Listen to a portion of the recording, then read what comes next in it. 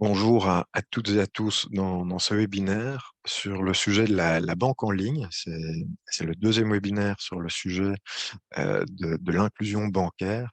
On avait vu dans le webinaire précédent le, ce, ce que, ce qu'est vraiment l'inclusion bancaire. Aujourd'hui, on va regarder plus en détail quels sont les outils que vous et nous tous, en tant qu'aidants numériques, en tant qu'acteurs de première ligne, agents de proximité, agents sociaux, heu, dans les différents secteurs, on peut utiliser pour former, aider, accompagner les personnes qui sont en situation de vulnérabilité numérique. Heu et de nouveau, nous vous proposons, présentons quelques outils, en partie qu'on a développés, d'autres outils aussi. Si vous utilisez des outils, n'hésitez pas à les partager. L'idée, c'est qu'en fait, ensemble, on puisse, partager justement ces bonnes pratiques, et les outils pour qu'on soit plus, et mieux équipés, face à la fracture numérique. En bref, le programme, tient en 2 grandes parties. La 1re, c'est peut-être un point sur les enjeux de la formation et de l'accompagnement numérique pour les personnes en situation de vulnérabilité numérique, et la 2e grosse partie de ce webinaire, ce sont les ressources qui sont à votre disposition, pour accompagner les bénéficiaires, les apprenants, qui souhaitent devenir autonomes sur le numérique. Alors, premier volet, les enjeux de la formation. Le, le constat aujourd'hui est qu'une grande partie de je vois un commentaire comme quoi l'audio, ne va pas. Est-ce que c'est le cas chez tout le monde? Non, ça a l'air d'aller, hein. OK, bah, peut-être que Ariane, c'est une question audio de votre côté. Et je réponds tout de suite. Donc, ces slides, vous seront envoyés, et on mettra la vidéo, en ligne pour rediffusion. Donc, vous pouvez prendre des captures d'écran, mais je vous épargne ce travail. Je vais vous envoyer, la présentation, heu, à la suite de ce webinaire. OK, et merci pour les réponses dans le chat audio. OK, je propose qu'on continue. Donc, nous étions, en train de parler des enjeux de la formation. On voit qu'une grande partie, et d'année en année, le constat est que ça grandit. Une partie de la population, est de plus en plus vulnérable, sur le numérique, et plus vulnérable à tomber dans une forme de fracture numérique. Il y a différents types de fractures, j'y reviendrai plus tard. Aujourd'hui, et ça, ce sont des chiffres, officiels de la Fondation Robein, qui a publié début septembre un baromètre de l'inclusion numérique.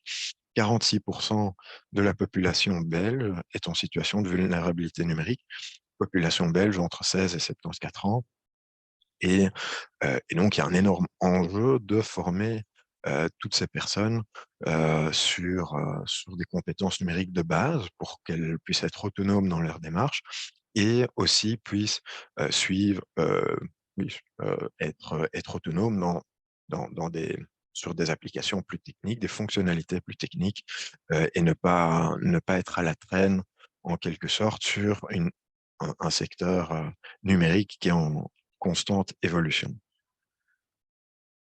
Les services de banque en ligne ne font pas exception, hein.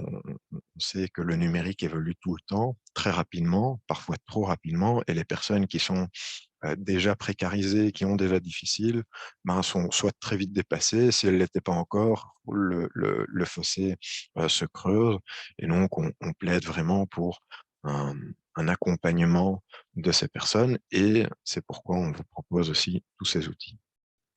Alors, quand on parle d'autonomie numérique, il y a 3 leviers, hein, que je vous présente ici, et l'idée est, comme vous voyez à l'écran, de faire monter en compétences, les personnes sur des services, essentiels pour que la personne puisse être autonome. Le premier, c'est l'équipement. Sans équipement, c'est difficile de se connecter à Internet.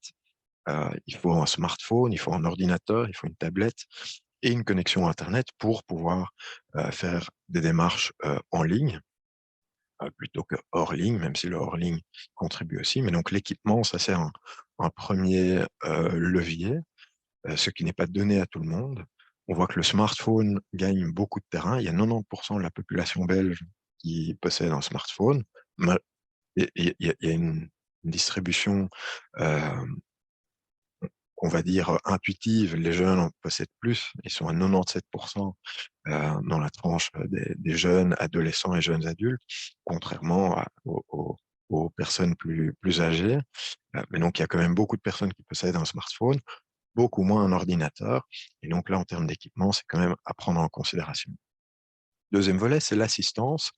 Les personnes qui sont isolées, durablement exclues et ayant un niveau de compétence faible, ne sont pas autonomes sur certaines démarches et donc ont besoin d'aide, d'accompagnement.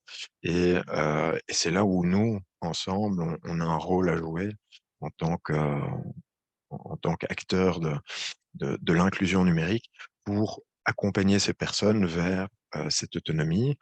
L'accompagnement se fait aussi via l'information. Il faut d'abord comprendre ce que là où le bas blesse, hein, qu'il y a des formations à suivre, comment suivre, quoi suivre, sur base d'un diagnostic, et sur base de ce diagnostic aussi, de suivre des formations appropriées au niveau compétences numériques de base, simplement savoir maîtriser un ordinateur et un smartphone, et puis des compétences plus techniques qui serviront pour pouvoir maîtriser le bancaire en ligne.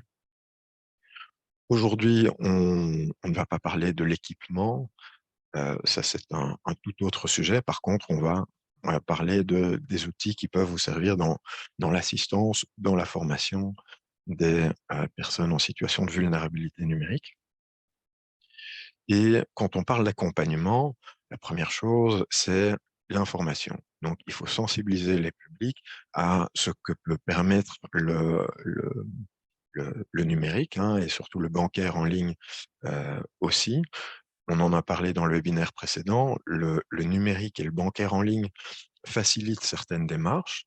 Alors, je ne plaide pas pour le tout numérique, au contraire, mais ça a certains avantages qu'il est bon parfois de rappeler ou d'informer les personnes qui n'étaient pas au courant de ces avantages. Il faut assister les personnes qui sont peut-être de bonne volonté, aimeraient faire le pas, mais qui ne savent pas très bien comment et risquent peut-être de faire de fausses manipulations, et donc aider à installer une application, paramétrer son compte pour qu'il soit bien protégé. Et alors la formation, ça c'est un processus de plus longue durée. C'est la formation sur les compétences numériques de base et plus techniques. On peut donner des formations ponctuelles et des parcours plus longs sur des thématiques variées. Je vous les présente ici. Donc, la banque en ligne, évidemment. La sécurité en ligne qui est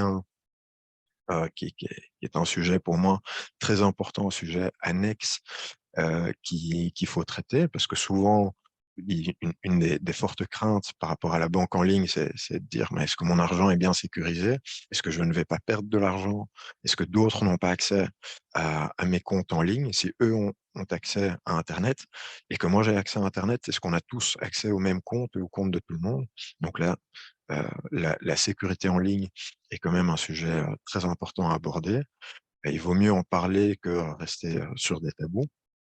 On parle la semaine prochaine, dans le prochain webinaire d'ailleurs, plus longuement sur justement ce qu'est la sécurité en ligne, comment éviter les pièges, les dernières techniques de fraude, phishing, smishing, arnaque à l'investissement, mule financière, etc. Voilà, comme ça, je le glisse déjà et je vous mettrai dans le chat le lien d'inscription pour celles et ceux qui souhaitent y participer.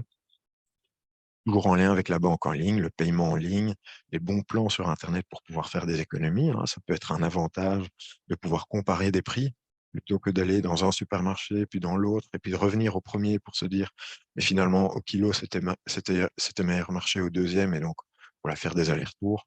ou à la pièce ou je ne sais quoi. Donc, Internet permet de faire des comparatifs, par exemple, et donc de trouver plus facilement des bons plans et de faire des petites économies, petites ou grosses, d'ailleurs. Et les formations, dernièrement, sont les compétences numériques de base, sans quoi on aura du mal à accéder à utiliser des compétences, plus techniques. Ici, on passe maintenant vraiment dans le vif du sujet. Je vais vous montrer quelques versions démo des applis bancaires et donc ce sont vraiment des outils que vous pouvez utiliser dans votre accompagnement, numérique, accompagnement ou assistance. L'idée est de vous présenter pour les plus grandes banques, en Belgique, les banques les plus utilisées. Malheureusement, on ne peut pas couvrir toutes les banques et toutes les banques ne le font pas. C'est de montrer comment accéder à la version démo d'une application. Je vous l'ai dit, il y a 90 de la population qui possède un smartphone et donc l'idée est de jouer sur justement les appareils, les équipements dont disposent les personnes et d'aller voir quelles sont les démos qui sont appropriées, qui sont vraiment, tout de suite utilisables par les bénéficiaires, les apprenants. Et vous verrez qu'ici, Belfius Bank, quand vous allez dans le menu, il y a un bouton démo et vous aurez accès à l'application, heu, simulée. Donc ce seront pas les vrais comptes en banque qui seront accessibles, ce sera une coquille vide, en fait, où vous pourrez, cliquer sur quelques boutons pour voir ce qui est, possible de faire avec l'application.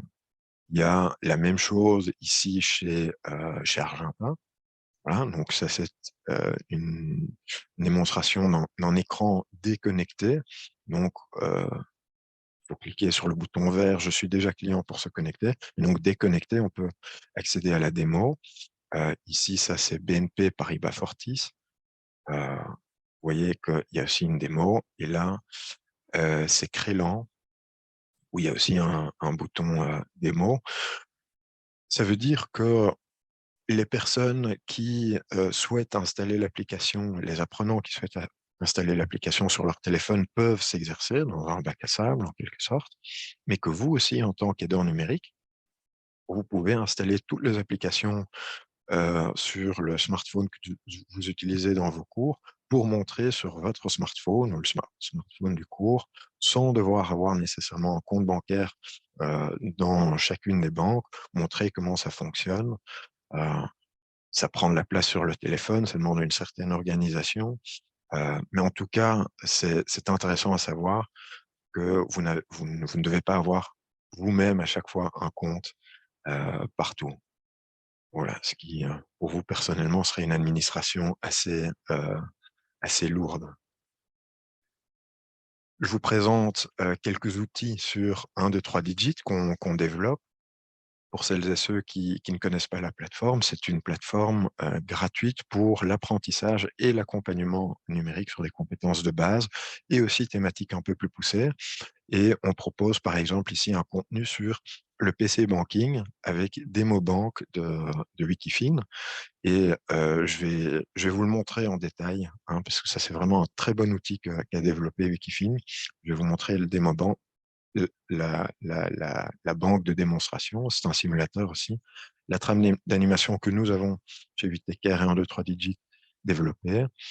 Il y a d'autres contenus comme comment se connecter, consulter son solde et faire un virement avec, différents formats qui s'adressent à vous pour la trame d'animation, la formation interactive que vous pouvez utiliser dans vos cours ou projeter, oui, c'est ça, projeter dans vos cours ou, donner accès dans l'espace apprenant, la fiche résumée à distribuer, un site web, qui est nouveau, c'est c'est avec, pour les applications bancaires justement, comment installer les applications bancaires. Il y a, ensuite un autre module sur les bons plans sur internet pour faire des économies. Découvrir comment faire des achats en ligne et des paiements sécurisés sur internet. C'est, aussi avec un simulateur et donc avec un outil d'exercice que vous pouvez faire, des exercices que vous pouvez faire et refaire pour que les personnes s'entraînent à acheter justement en ligne dans un environnement sécurisé, plutôt que devoir acheter à chaque fois en ligne quelque chose qu'il faut rendre. Je passe les détails.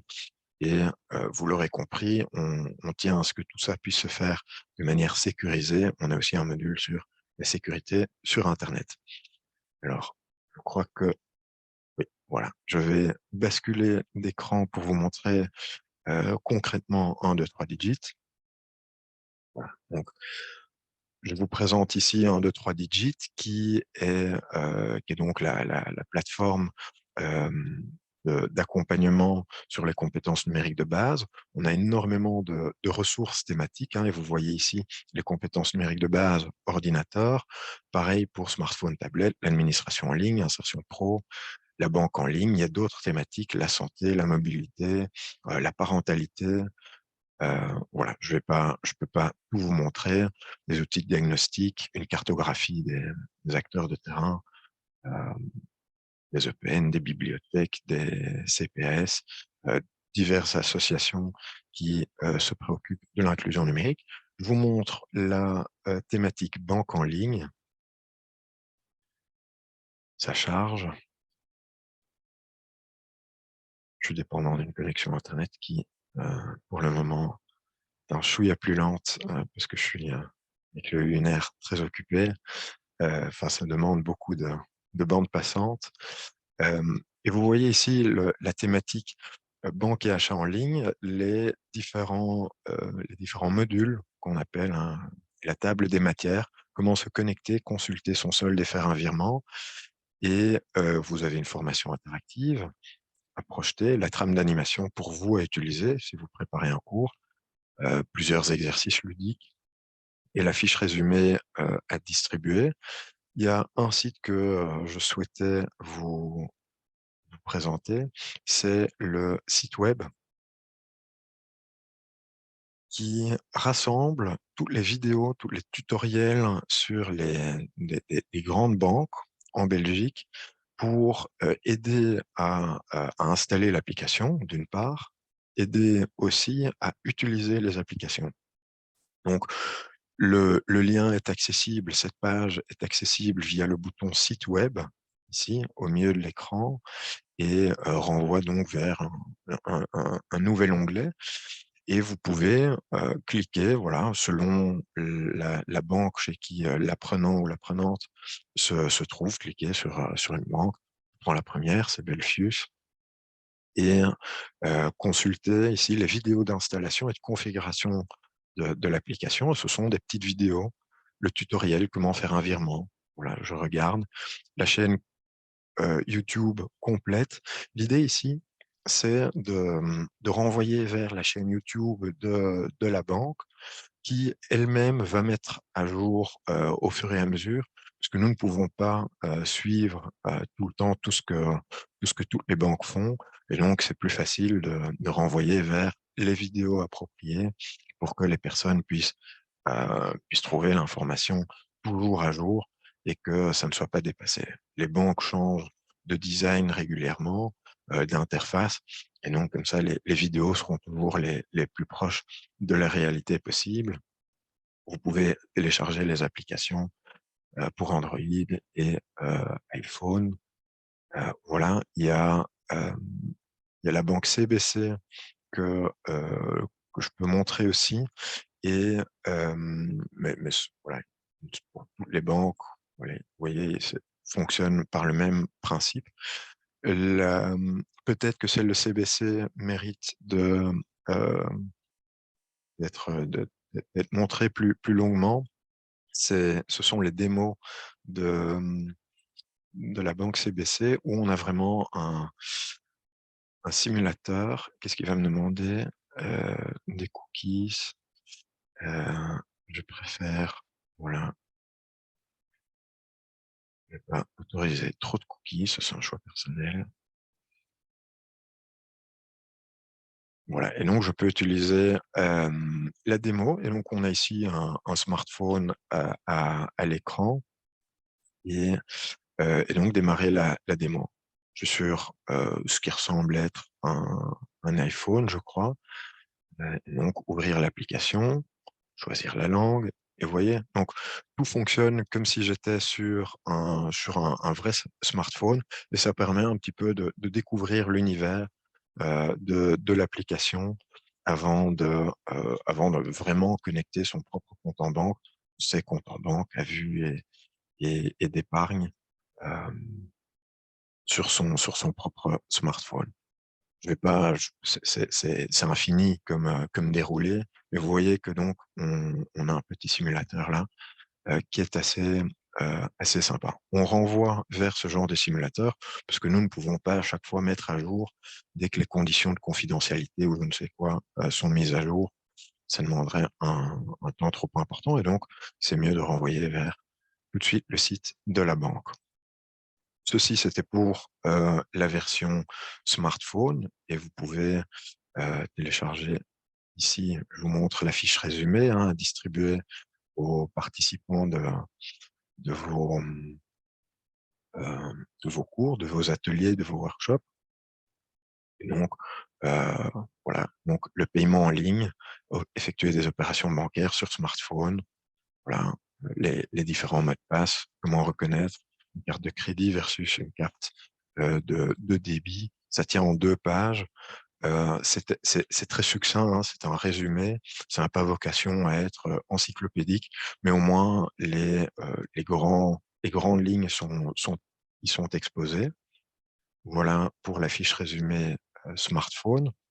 Et alors, vous voyez, il y a comment effectuer des paiements mobiles avec Payconiq. On a choisi Payconiq parce que c'est une application qui n'est pas rattachée à une banque et on peut avoir plusieurs comptes en banque sur la même application de Payconiq.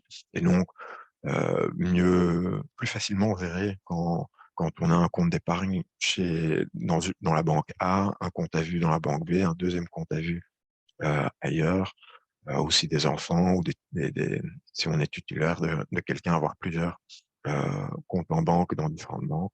Voilà, donc Payconiq est intéressant à ce niveau-là. Et alors, il y a une démo que je tiens à vous faire, euh, c'est de Demobank. C'est le site web de Demobank développé par Wikifin. Et là, on est dans un simulateur de PC Banking. Donc, imaginez, vous êtes client chez Demobank, qui, je le précise, n'existe pas, c'est vraiment fictif, et ils le disent eux-mêmes, c'est un espace d'exercice destiné à l'apprentissage. Et donc, ici, on a une carte bancaire virtuelle fictive qui va nous permettre d'accéder à un compte, toujours fictif. C'est toujours le même compte, mais c'est un bac à sable dans lequel on va pouvoir s'entraîner. Je vais ouvrir le site 2 fois, vous allez voir pourquoi. Hop, je commence avec celui-ci. Donc, on doit se connecter avec un numéro de carte.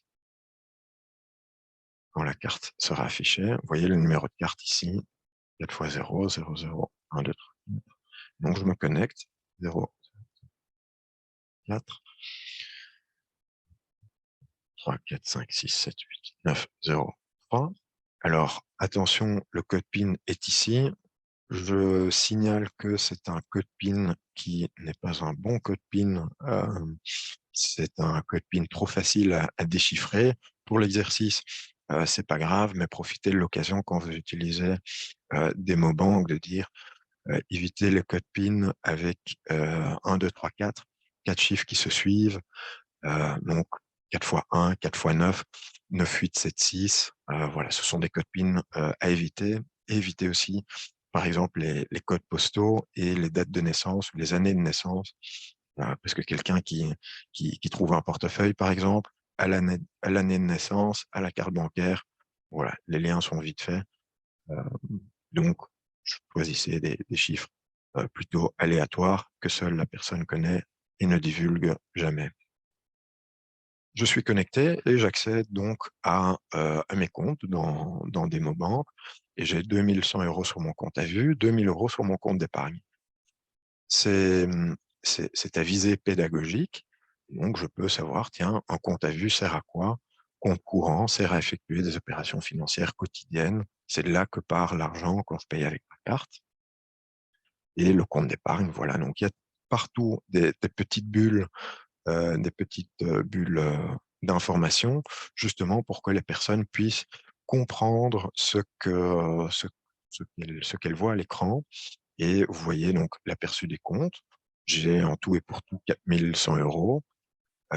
J'ai accès à mes extraits, excusez-moi, j'ai accès à mes extraits de compte de mes de mon compte à vue, hein, donc les historiquement, j'ai payé pour Pipo Télécom une facture donc téléphonie télécom de 38 €. J'ai reçu mon salaire. Voilà, donc on voit un compte en banque fictif avec des dépenses, des rentrées. Je peux faire des virements donc internes entre mon compte d'épargne et mon compte à vue, dans l'autre sens aussi, donc aller-retour belge et européen, donc avec des communications structurées, internationales, avec à chaque fois une petite bulle d'information. Rappelez-vous, on avait 2 100 € sur le compte à vue, 2 000 sur le compte d'épargne. Je vais virer, voilà, 200 € depuis mon compte d'épargne vers mon compte à vue. J'ai besoin de beaucoup de cash prochainement parce que je vais faire de gros achats. Et donc, je vais maintenant faire l'exercice. Je peux choisir une communication libre, aucune communication. Et si vous cherchez la communication structurée, rappelez-vous, c'était dans les virements belges ou européens, donc vous ne le trouverez pas ici. Voilà, je mets aucune communication. Je confirme. Voilà, 200 € du donneur d'ordre vers le bénéficiaire, pas de communication, je confirme, c'est fait. Et si je retourne à mes comptes, vous voyez, le système retient que j'ai rajouté 200 € à mon compte à vue depuis mon compte d'épargne. Donc, on est vraiment dans un bac à sable interactif où les personnes peuvent s'exercer pour faire des paiements. On peut créer de nouveaux ordres permanents. On peut donc, voilà, ici, voir donc une épargne de 50 € qui a débuté en 2020, les mois janvier, février, etc. Donc, chaque mois, j'épargne 50 €.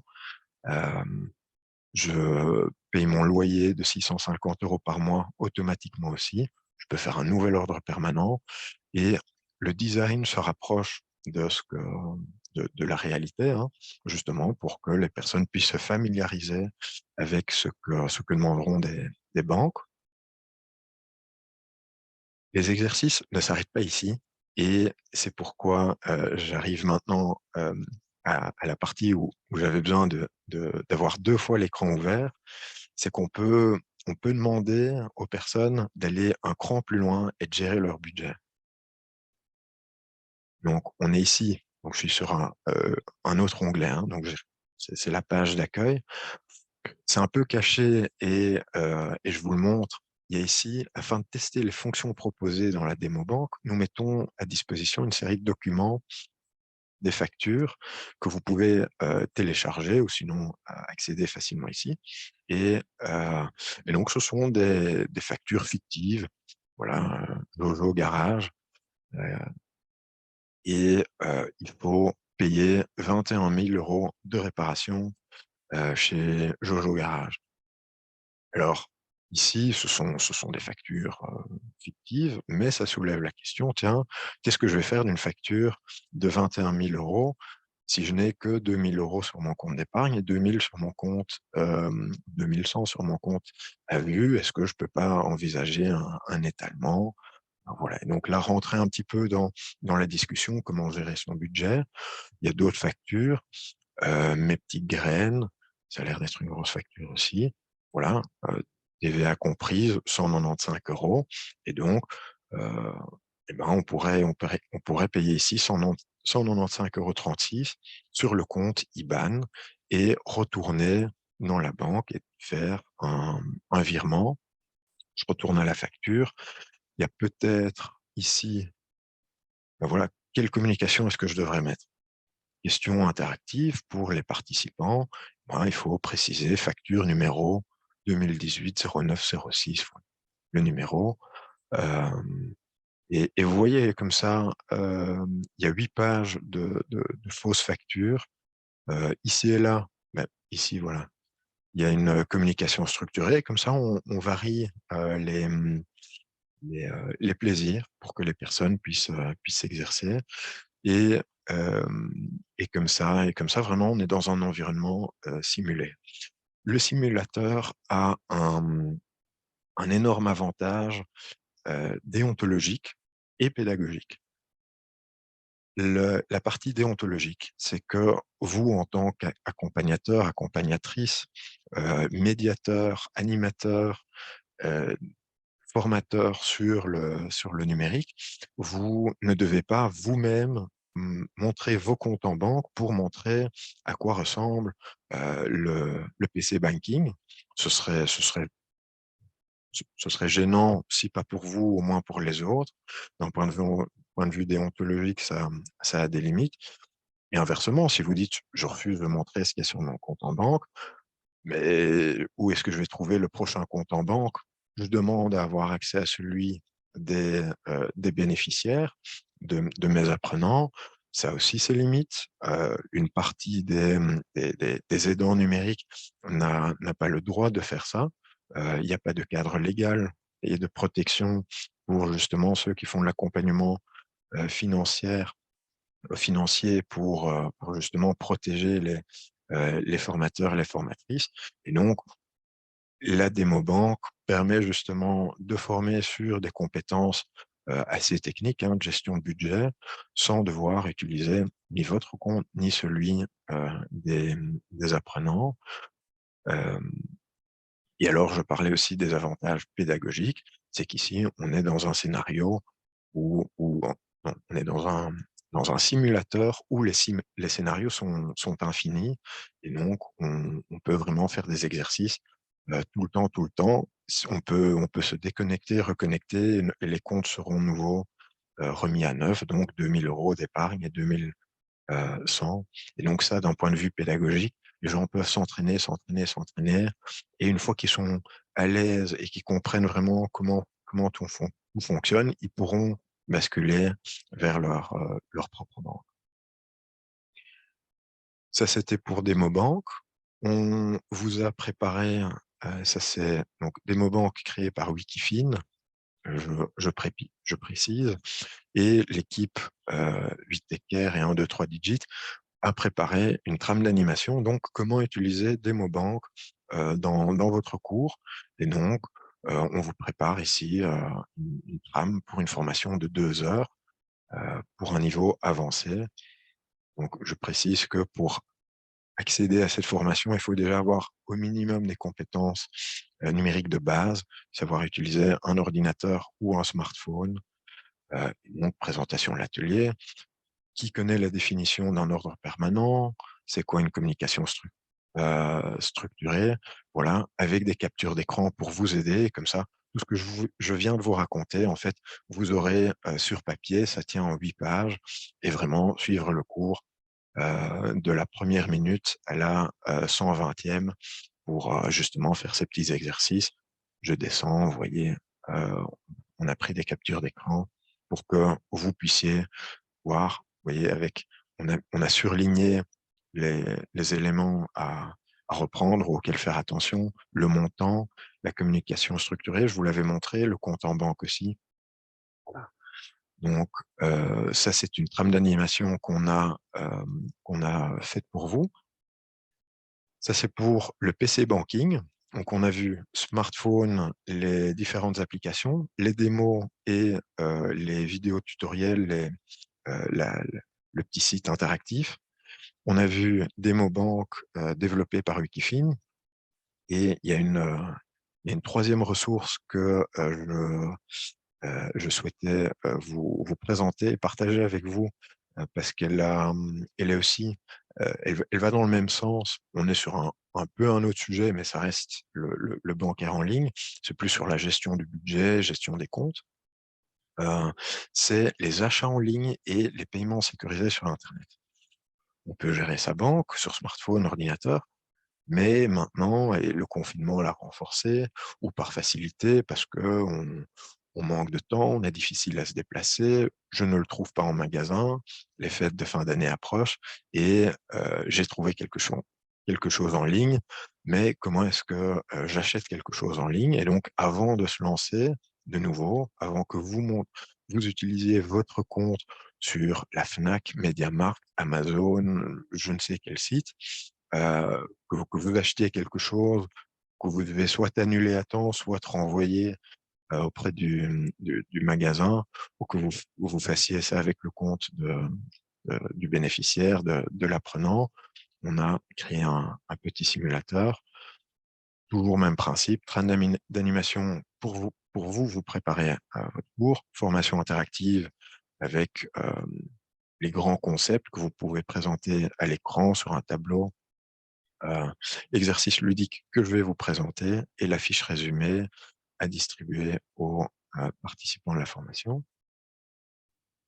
Hem, je vais fermer tout ce qui est démo banque, voilà, et donc on est là aussi dans une formation, hem, à visée pédagogique, de simulation où, on est dans un bac à sable et on a droit à faire autant d'erreurs qu'on veut, on est là pour apprendre.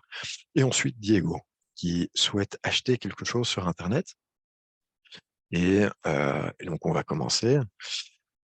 Voilà, et que voulez-vous faire? Alors ce que je découvre, et donc on c'est le même principe que les petits boutons i d'information dans DemoBank. Ici, on découvre un petit peu les différents endroits, et sinon on peut tout de suite s'entraîner. Moi, je vais cliquer sur «Je m'entraîne» et je dois, acheter l'article ci-dessous et payer avec ma carte banque contact dans le simulateur. Donc c'est un t-shirt, heu, je ne sais plus s'ils l'ont appelé jaune ou orange. On se souvient des combien? 8 petites boules au milieu. Donc je commence, je suis sur un site broll.com, et je peux acheter, de beaux sombreros, des chapeaux cow-boy, voilà, donc des articles un petit peu aléatoires, des pulls, des t-shirts, des chaussures, voilà. Les chaussures de course là, de jogging, elles me plaisent bien, les chaussures de sport. Je les ajoute au panier. Donc vous avez vu que ça il y a un petit 1 qui s'est rajouté, j'ai un panier avec un article dedans, mais Diego me dit: «C'est pas le bon article». Donc c'est aussi pour sensibiliser, ne mettez pas n'importe quoi dans votre panier. Donc maintenant, comment est-ce que je fais? Je peux pas l'ajouter dans le panier, mon panier est plein, donc je dois aller dans mon panier, retirer du panier, retour à la boutique. Je me souviens, c'est ce t-shirt-là. Voilà, donc j'apprends à utiliser les différents rayons virtuels dans ce domaine de simulation. Je l'ajoute au panier, hein, c'est le bon t-shirt. Là, il y a pas de frais d'envoi et je peux poursuivre ma commande. Maintenant, est-ce que tout le monde peut acheter un article pour n'importe qui? Qui peut accéder à mon compte? Enfin, qui peut est-ce que quelqu'un d'autre peut acheter en mon nom? Bah, ça ne peut se faire que si on dispose de l'adresse. Oups, ça doit être Diego. Si je dispose de l'adresse et du mot de passe, et donc de nouveau insister sur des mots de passe forts et de bien protéger son compte. Moi, je peux pas acheter un article à votre place si je ne dispose pas du login et du mot de passe. Diego del Vega @gmail.com. Pour info, les identifiants sont ici en dessous. Un mot de passe fort avec des chiffres, une majuscule et un caractère spécial. Alors, on est proche de quelque chose qu'on connaît, hein, ça reste un 2, 3 digits. On va favoriser un autre mot de passe, plutôt que celui-ci. Je me connecte. Adresse de livraison, boulevard, Le Meunier à Bruxelles, c'est très bien, et je continue et je paye. J'ai été trop vite, et là, dans vos cours, faites attention. Sur certains sites, quand, il y a une case qui est cochée de facto, American Express, Mastercard, PayPal, Visa. Il y a parfois des frais supplémentaires selon la carte qu'on utilise.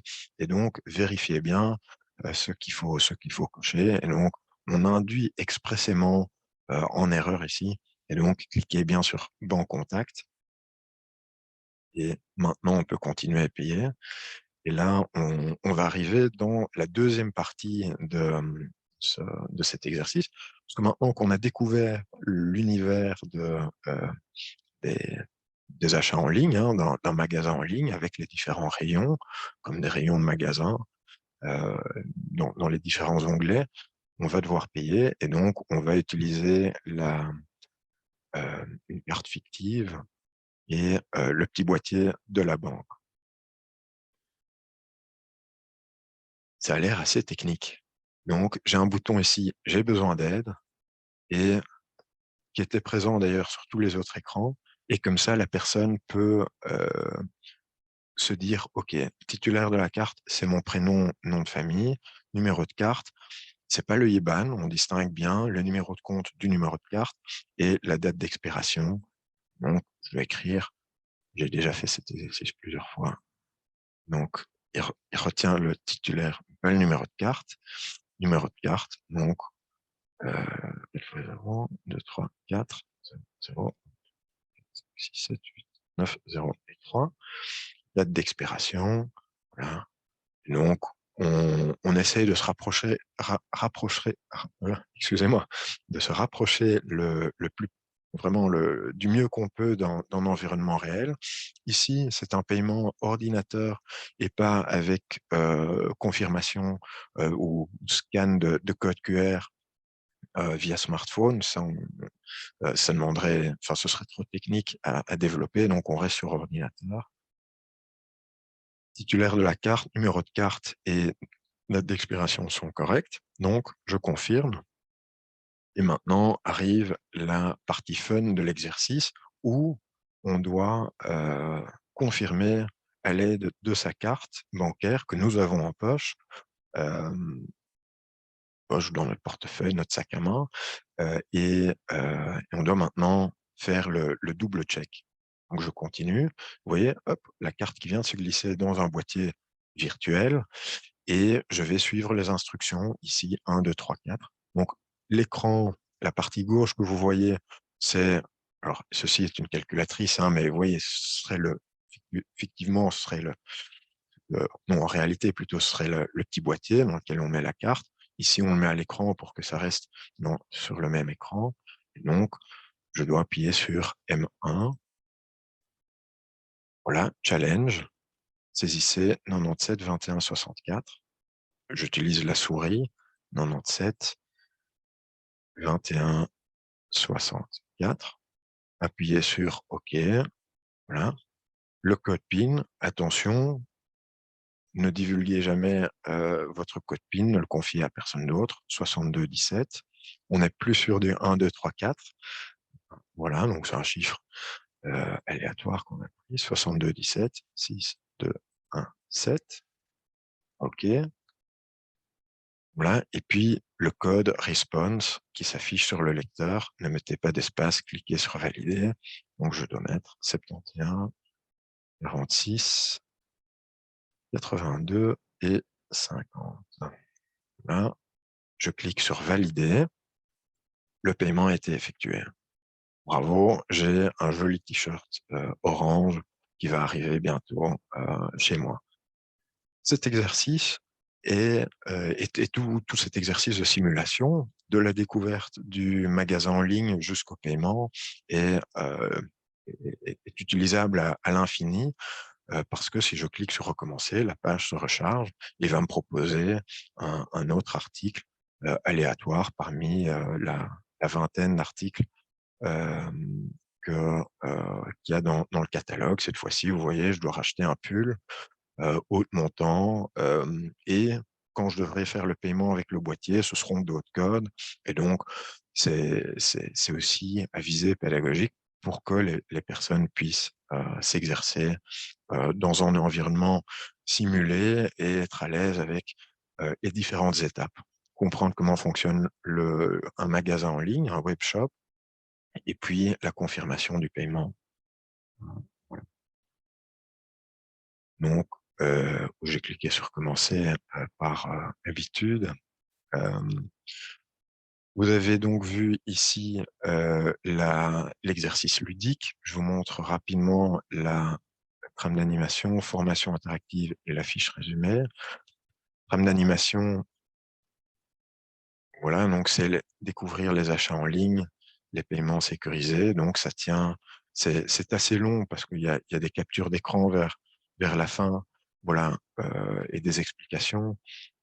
Donc ici, par exemple, les différentes étapes, hein, naviguer dans le simulateur, ajouter au panier, consulter le panier, finaliser la transaction.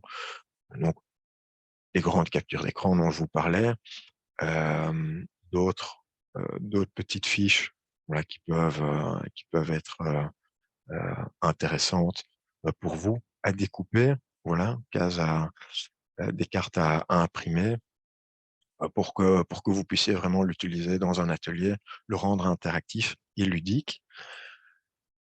La formation, je ne vais pas la parcourir, mais je peux vous montrer la table des matières. Que peut-on acheter sur Internet? Ça ouvre la discussion et comme ça, les personnes peuvent se former aussi. C'est accessible via l'espace apprenant. Comment effectuer un achat en ligne, les modes de paiement et puis la partie se tester, qui est la même partie qui est en fait le simulateur de Diego. Voilà, et comme ça, on rentre tout de suite dans la partie ludique. Et dernièrement, on a, je sais pas pourquoi, j'ai mis une page, une fiche résumée, quels sont les avantages du paiement Internet, les moyens de paiement sur Internet. Voilà. Et donc, pour que les personnes puissent rentrer à la maison avec un petit support papier et se rappeler ce qu'on avait vu pendant le cours. Il y a d'autres modules, découvrir les bons plans sur Internet pour faire des économies, et on met des ressources tierces à disposition. Ici, c'est surtout autour de la sécurité en ligne. Arnaque, hein, c'est fait Belfine qui travaille beaucoup là-dessus. Demobank, c'est le même lien que celui que je vous avais montré ici. Et voilà, donc le SPF Économie développe aussi des... Alors, ce ne sont pas tellement des outils, là, ce sont plutôt des supports de communication, de campagne, euh, pour justement sensibiliser aux arnaques en ligne. Voilà, fait Belfine ici, faire un virement, comment cela fonctionne. Je ne peux pas tout vous montrer, en tout cas, je vous encourage à aller sur 1, 2, 3 Digit et consulter le centre de ressources. Donc, via ici le menu qui reste tout le temps accessible en haut, centre de ressources, thématique banque en ligne. Et vous voyez, elle se retrouve parmi plein d'autres thématiques, hein, compétences numériques de base, ordinateur, smartphone, administration en ligne. Il y a la mobilité, la santé, la parentalité, insertion professionnelle. Et tout ça, tout ce que je vous ai présenté se retrouve sous la thématique banque et achat en ligne. J'ai présenté les outils qui me semblaient les plus pertinents. Tous sont pertinents, évidemment, mais ici, dans le cadre de ce webinaire, d'aller vraiment dans le détail de la présentation pour que vous puissiez les utiliser dans vos cours, vos ateliers, euh, euh, voilà, vos workshops, vos accompagnements. Je vais regarder s'il y a des questions dans le chat, des réactions. N'hésitez pas à les poser maintenant, soit par écrit, sinon à l'oral.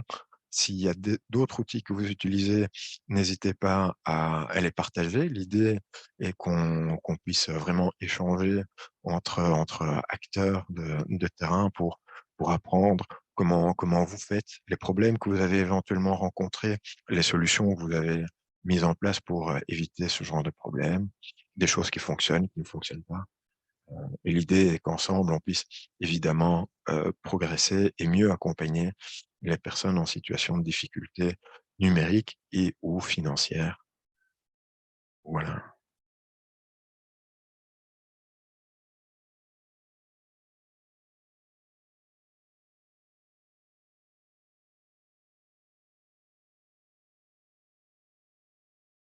En tout cas, je profite peut-être que vous êtes assidûment en train d'écrire vos questions, vos remarques au clavier. Je vois des applaudissements. Merci beaucoup. Je profite le temps que vous réfléchissez peut-être à une question, une intervention, de glisser qu'on a un autre webinaire que vous pouvez, auquel je vous invite cordialement pour, pour justement continuer sur le sujet, c'est la sécurité en ligne. Je vais vous mettre le lien dans le chat. Voilà, que je copie et que je colle ici. Voilà. Et donc là, on va regarder en détail quels sont les différents types d'arnaques en ligne, principalement phishing, smishing. On le fait en partenariat avec Fabelfin. J'ai évoqué phishing, smishing, mais il y en a d'autres qui sont de plus en plus courantes et qu'il est intéressant de connaître justement pour rassurer et former les personnes. Alors, je vois Vanessa qui demande qu'elle n'a pas pu profiter du webinaire précédent. Je rappelle que ce webinaire-ci et les précédents et le suivant sont et seront enregistrés, qui seront accessibles en replay via notre chaîne YouTube et qu'on vous enverra les slides et la rediffusion. Donc, vous pourrez consulter ça à votre aise. Et voilà, vous disposez donc de cette manière de toutes les infos. Attendez un petit peu avant de recevoir les infos. On attend que le cycle soit terminé pour envoyer tout à tout le monde. Comme ça, on centralise les envois et c'est plus simple. Euh, et pour nous, de rédiger un seul mail avec les 3 pièces jointes et pour vous, de ne pas recevoir différents mails. Voilà, c'est plus sobre et plus écologique aussi.